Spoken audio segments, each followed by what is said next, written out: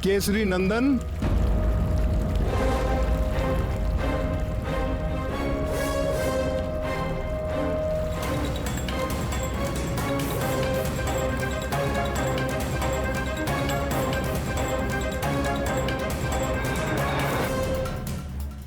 मैं आपको सावधान करने आया हूं पवन पुत्र हनुमान। आज से आगामी 7.5 वर्षों तक आप पर मेरा प्रभाव काल आरंभ हो रहा है। आप सावधान हो जाएं। मैं आपके शरीर में प्रवेश करने वाला हूं। मैं आपको प्रणाम करता हूं सूर्यपुत्र शनीश्वर, किंतु आप मेरे भीतर प्रवेश नहीं कर सकेंगे। तो आपको मेरे सामर्थ्य पर संदेह है बजरंगबली? आप सब प्रकार से सामर्थ्य हैं शनीश्वर महाराज, परंतु मेरे मन में तो पहले से ही कोई रिक्त स्थान है ही नहीं, तो मैं फिर आपको स्थान कहां पे दूं? मेरे तन मन जीवन सर्वत्र में प्रभु श्री राम ही राम बसे हैं। आपको कदाचित ज्ञान नहीं है कि मेरे प्रकोप से मनुष्य तो क्या, देव और दैत्य भी नहीं बच सके हैं। 7.5 के 2.5 वर्ष मैं जीव के पैरों में रहकर उसे भटकाता हूं। 2.5 वर्ष उसकी सिर में स्थित रहकर उसकी बुद्धि भ्रष्ट करता हूं, और 2.5 वर्ष उसके मुख में प्रवेश करके उसकी सुख शांति धन संपत्ति सबका हरण करके उसे पूरा दरिद्र बनाकर छोड़ देता हूं। महाराज, मैं तो केवल उसी ज्ञान को अपने पास रखता हूं जिससे मैं अपने प्रभु के प्रेम रस में सदा लीन रह सकूं। शेष सारे ज्ञान को मैं अपने किसी काम का नहीं समझता। ऐसा है तो मेरी 7.5 का थोड़ा और ज्ञान ले लीजिए। अवश्य शनिदेव, कृपा कीजिए। जब मेरी 7.5 चलती है तो प्राणी दुख, कष्ट और असुरक्षा से बुरी तरह से घिर जाता है। रोग और व्याधि उसे जकड़ लेते हैं। कभी सर पर छत गिर पड़ती है तो कभी उसके घर में आग लग जाती है। कलह का वातावरण हो जाता है। सब ओर असफलता और पराजय ही मुख फाड़कर खड़ी हो जाती है। कलंक और आरोप लगने लगते हैं। प्राणी अपनी सोच और बुद्धि पर नियंत्रण नहीं रख पाता। मेरे अधीन होकर वो क्रोध और आवेश में आकर अपनी ही हानि कर बैठता है।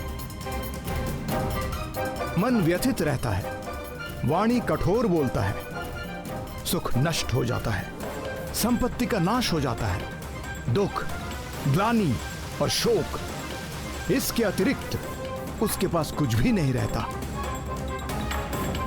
सावधान हनुमान, आपकी 7.5 इसी क्षण प्रारंभ हो गई। यदि आप अपना निर्णय नहीं बदल रहे और आपने श्री राम के तुच्छ भक्त से ठान ही ली है, तो आपका स्वागत है शनीश्वर। आपका जो नियम है आप उसका पालन कीजिए और मुझे जो करना है मैं वो करूंगा। आपको पीड़ा देने में मुझे कोई रुचि नहीं है हनुमान, किंतु काल के विधान में मुझे यही कार्य मिला है, और मेरे कार्य में कोई बाधा डाल सके ऐसा किसी के लिए संभव नहीं।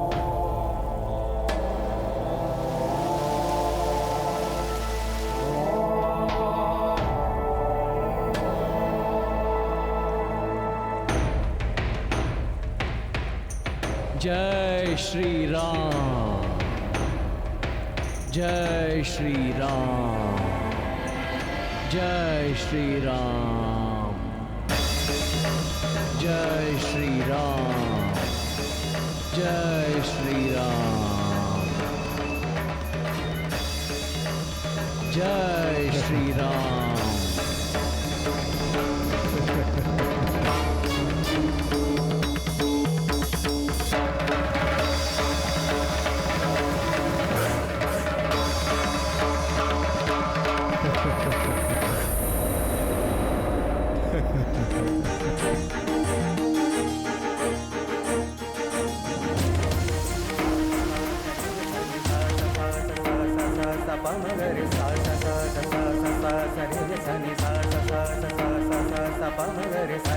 जय श्री राम।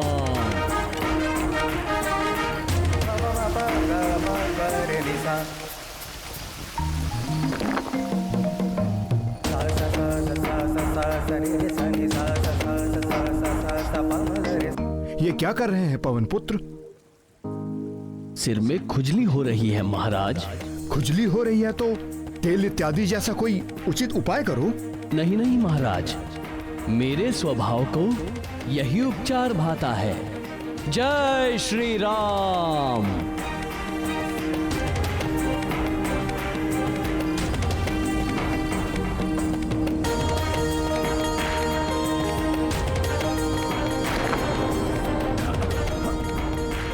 हे मारुति नंदन, इन चट्टानों के बोझ से मैं मरा जा रहा हूं, कृपया इन्हें हटाएं।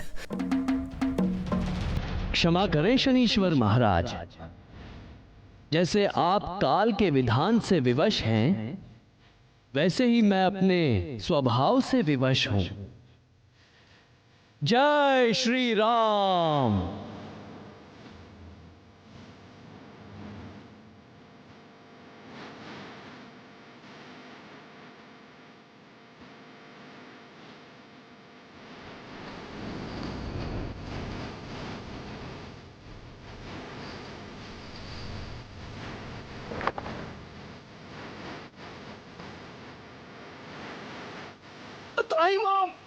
त्राहिमाम बजरंगबली, जाकर मुझ पर मेरे प्राण निकले जा रहे हैं। क्या कह रहे हैं महाराज? आपको तो मेरे शरीर में 7.5 वर्षों तक रहना है, अभी तो 7.5 क्षण भी नहीं हुए।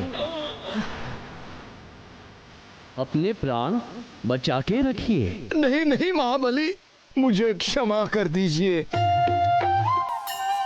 हे राम भक्त हनुमान, मैं आपके भीतर नहीं रह सकता। नहीं रह सकते तो निकल जाइए। मैं यदि स्वयं निकल सकता तो इसी पल आपको छोड़ देता, किंतु मैं यहां फंस गया हूं। पूरा जगत मुझसे याचना करता है, मैं आपसे याचना कर रहा हूं। मुझे जाने दीजिए। मैं आपको वचन देता हूं कि आज के बाद मैं आपको कभी पीड़ित नहीं करूंगा। मुझे ही नहीं शनिदेव, आप चाहकर भी कभी भी किसी राम भक्त को पीड़ित नहीं कर सकेंगे, क्योंकि जिसके हृदय में राम का प्रभाव हो जाता है, उसके ऊपर काल का प्रभाव काम नहीं करता। मैं सदा आपकी बात का स्मरण रखूंगा। हे रामदूत, कृपया आप मुझे जाने दें।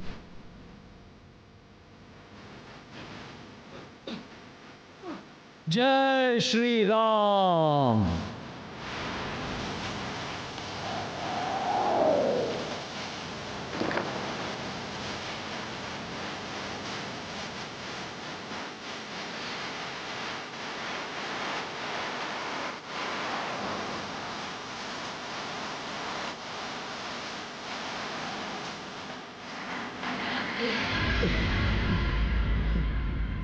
हे राम भक्त हनुमान, क्या आपसे मुझे थोड़ा तिल तेल मिल सकेगा? मुझसे तो नहीं मिल सकेगा हे सूर्यपुत्र, पर आज के बाद आपके दुष्ट प्रभावों से बचने के लिए भक्तगण आपको तेल चढ़ाकर ही प्रसन्न करेंगे।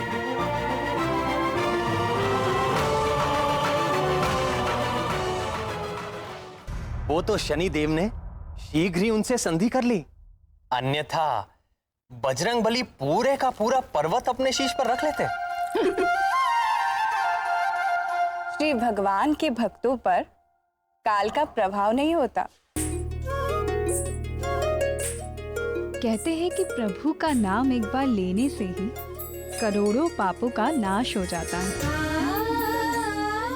भगवान शंकर के अंश हनुमान तो निरंतर ही प्रभु श्री राम के नाम का जाप करते रहते हैं। शनिदेव उनका क्या बिगाड़ सकते थे? हृदयनाथ, क्या वास्तव में भगवान भोलेनाथ के अंश से ही हनुमान जी का जन्म हुआ था? निस्संदेह राम भक्त हनुमान भोलेनाथ का अंश है। मेरे प्रति ये उनका अगाध प्रेम ही है जिसके कारण उन्होंने मेरे सेवक का चोला पहन लिया। अन्यथा कालेश्वर भगवान शंकर सबके स्वामी हैं, मेरे परम आराध्य हैं और मैं उन्हीं को बचता हूं। किंतु कमल नयन, भगवान भोलेनाथ की उस अंश को धारण कौन करेगा? यही प्रश्न जगत जननी पार्वती जी ने भगवान महादेव से किया था।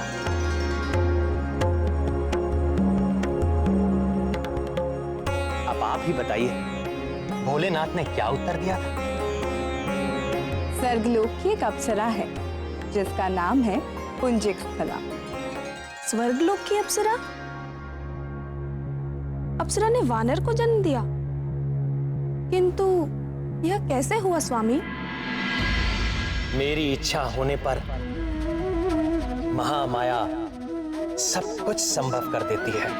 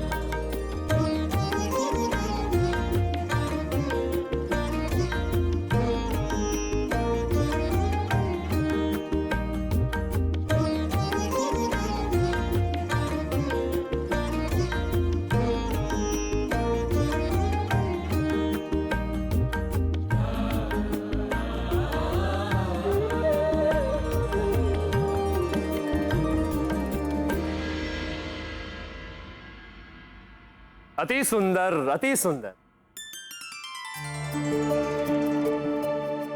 देवी पुंजिक स्थला, नृत्य कला में आप मेनका और उर्वशी से कहीं भी कम नहीं।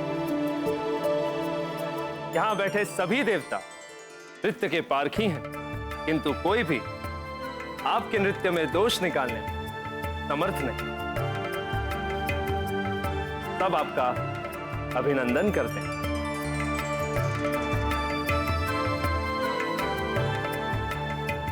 उसके नृत्य के समान ही पुंजिक स्थला का चरित्र भी निर्दोष था। देवराज इंद्र का स्वर्ग भोग विलास की सीमा है, किंतु वहां रहते हुए भी वो अप्सरा भगवान शंकर की नित्य उपासक थी।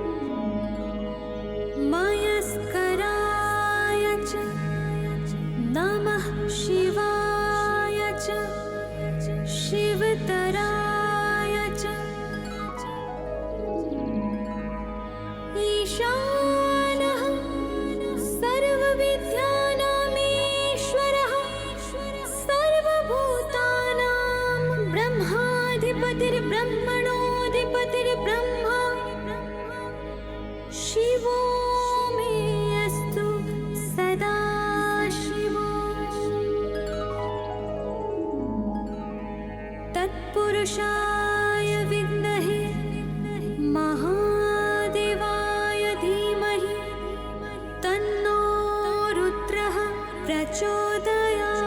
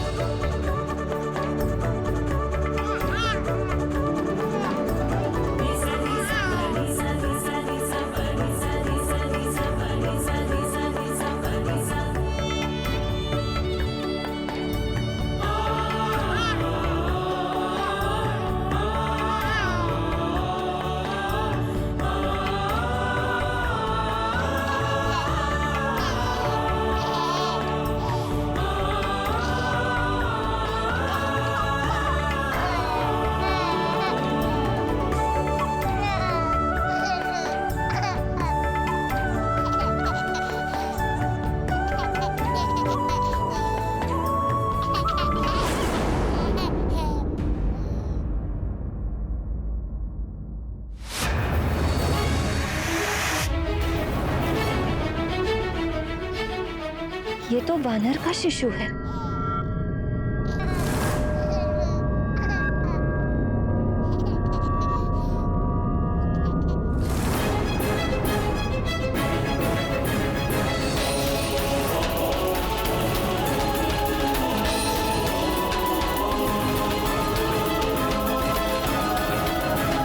राम और आतताई राक्षस रावण के बीच एक युद्ध हुआ था जिसमें पूरी सेना मूर्छित हो गई थी। तब जामवान ने हनुमान को बुलवाया और वो संजीवनी बूटी के साथ संपूर्ण द्रोण पर्वत ही उठा लाए। द्वापर युग में जब हनुमान के जन्म दिवस पर सभी रानियां आगे की कहानी सुनने के लिए उत्साहित हो गई। रावण के अत्याचार से सारे देवता परेशान थे। मैंने उन्हें ये वचन दिया कि मैं मनुष्य रूप में अवतार लेकर रावण का विनाश करूंगा और इस युद्ध में मेरा साथ देंगे महादेव शिव के अंश हनुमान।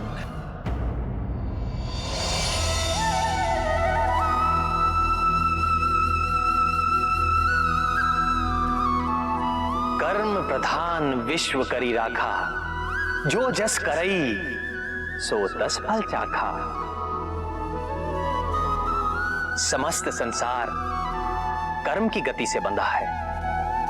कोई भी जीव किसी भी पल अकर्मा नहीं रहता।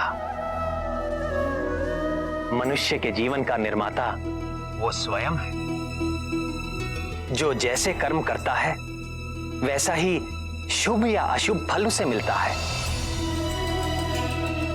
महादेव भोलेनाथ, कमल योनि ब्रह्मा जी और मैं भी इस नियम में व्यवधान नहीं डाल सकते। और इस नियम के संचालन का कार्य दिया गया है नवग्रहों